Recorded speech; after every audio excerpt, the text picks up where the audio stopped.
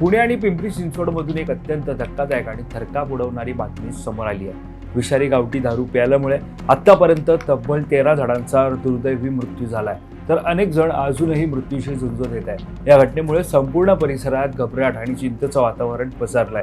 या प्रकरणी आता पोलिसांची भूमिका काय, पोलिसांनी आतापर्यंत या प्रकरणी किती जणांना अटक केलंय हे आपण या व्हिडिओच्या माध्यमातून जाणून घेऊयात। नमस्कार, मी वैभव पाटील, तुम्ही पाहता माय महानगर लाईव्ह। मिळालेल्या माहितीनुसार पिंपरी चिंचवडमधील दापोडी आणि फुगेवाडी भागात मिळून 8 जणांचा बळी गेलाय, तर पुण्याच्या काळेपड भागात 3 आणि हडपसर भागामध्ये 2 अशा एकूण 13 जणांचा विषारी दारू प्यायल्यामुळे मृत्यू झालाय।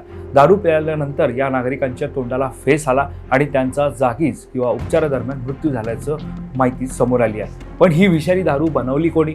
पोलिसांनी दिलेल्या माहितीनुसार योगेश वानकडे नावाच्या एका सराईत दारू विक्रेत्यानं ही विषारी स्पिरिटयुक्त दारू तयार केली होती। पोलिसांनी या प्रकरणी अधिक तपास केला असता आरोपी योगेश वानकडे याने दारूमध्ये मिथेनॉल मिसळल्याचं समोर आलं। याआधीही त्याच्यावर अनेक गुन्हे दाखल आहेत। त्याने बनवलेली दारू पुणे आणि पिंपरीच्या वेगवेगळ्या भागात विकली गेली आणि हा मोठा अनर्थ घडला। सध्या पोलिसांनी मुख्य आरोपी योगेश वानकडेला अटक केली आहे, मात्र मुख्य आरोपी कर्नल सिंग विरखा हा दारू गुत्त्याचा मालक फरार असून पोलीस त्याचा शोध घेत आहे। या घटनेत फुगेवाडी आणि दापोडी परिसरातील जे 8 नागरिक दगावले आहेत त्यांची नावं समोर आली आहेत। त्यानुसार पांडुरंग फुगे, विजय प्रकाश राठोड, राजेंद्र प्रकाश राठोड, राजू राजपूत, अकबर पठाण, बाबा शेख, आनंद देसाई आणि आनंद नेकाळजे यांचा मृत्यू झालाय। तसेच सुभाष डिगीकर यांच्यावर मेडी पॉइंट हॉस्पिटलमध्ये आणि अक्षय अवसरमल यांच्यावर YCM रुग्णालयात उपचार सुरू असल्याची माहिती समोर येते। धक्कादायक बाब म्हणजे दोघांचीही प्रकृती अत्यंत चिंताजनक आहे। या घटनेनंतर आता राजकीय वातावरण चांगलं तापलंय।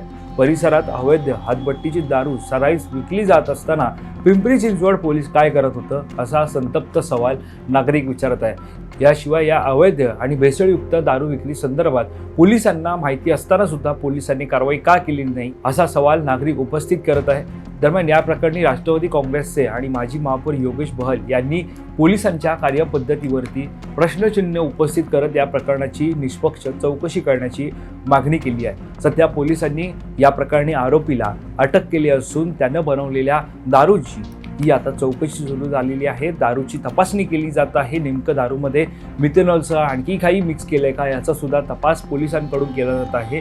या प्रकरणी आता आश्चर्याची बाब म्हणजे मृत्यू पावलेल्या 8 पैकी 5 व्यक्तींना मृत्यूपूर्वी तीव्र चक्कर आली होती, अशी माहिती खुद्द पोलिसांनीच दिली आहे। त्यामुळे पोलिसांच्या भूमिकेवरती सुद्धा प्रश्नचिन्ह निर्माण होत आहे। उर्वरित मृत नागरिक आणि सध्या उपचार सुरू असलेल्या व्यक्तींची प्रकृती नेमकी दारू प्यायल्याने बिघडली होती का याचा तपास सध्या सुरू असल्याचं पोलिसांकडून सांगण्यात येत आहे। एकाच दिवसात मृत पावलेले सर्व नागरिक एकाच परिसरातील रहिवासी आहेत, त्यामुळे त्यांचा मृत्यू विषारी दारू प्यायल्याने झाला की पोलीस म्हणत असल्याप्रमाणे अन्य कोणत्या आजाराने किंवा कारणाने झाला हे अद्याप अधिकृत वैद्यकीय अहवालांती स्पष्ट झालेलं नाही। या संभ्रमामुळे फुगेवाडी परिसरातील नागरिकांची चिंता कमालीची वाढली आहे। सध्या विषारी दारू बनवणाऱ्या आरोपी योगेश वानकडे याला पोलिसांनी ताब्यात घेतलं असून त्याची सखोल चौकशी सुरू आहे। याशिवाय त्यांनी ज्या प्रकारे दारू बनवली त्याचा सुद्धा तपास हा पोलिसांकडून आता केला जात आहे। विविध ठिकाणी छापे सुद्धा टाकले जात आहे।